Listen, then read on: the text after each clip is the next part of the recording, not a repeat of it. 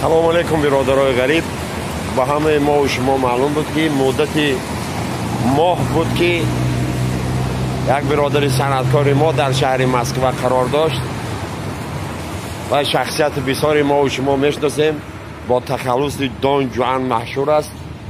ما هم که گفتیم مردم یاوان یک سورپریز کنیم، این همه تحفه خاطرات پسکای وچنه در یاد دان جوان بمانه. اینام شهر محمد یاوان و دان جوان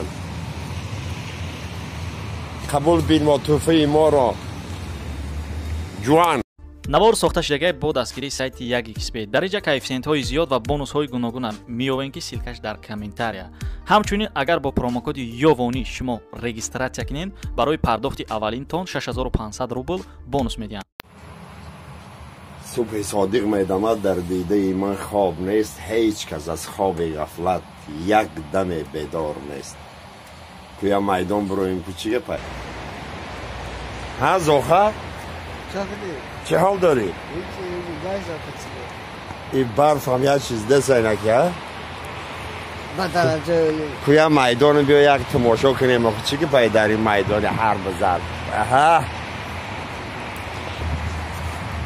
زاخه؟ با همونجا چی گفت چی داخل کنصافکش چی گفت چی کنصافکی کار؟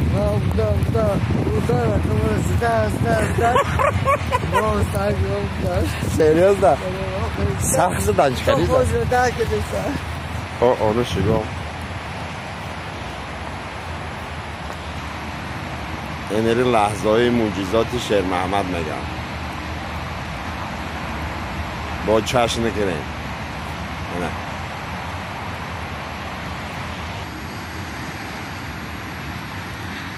چخره شهر نر سگه را نام بدادم مایلم شد نگهبان تمام منزلم شد. ببین فرقیت انسان و حیوان با انسان خوبی کردیم دشمن ما شد. آه بال همه مرد غریب بگیره دشمن های مرا.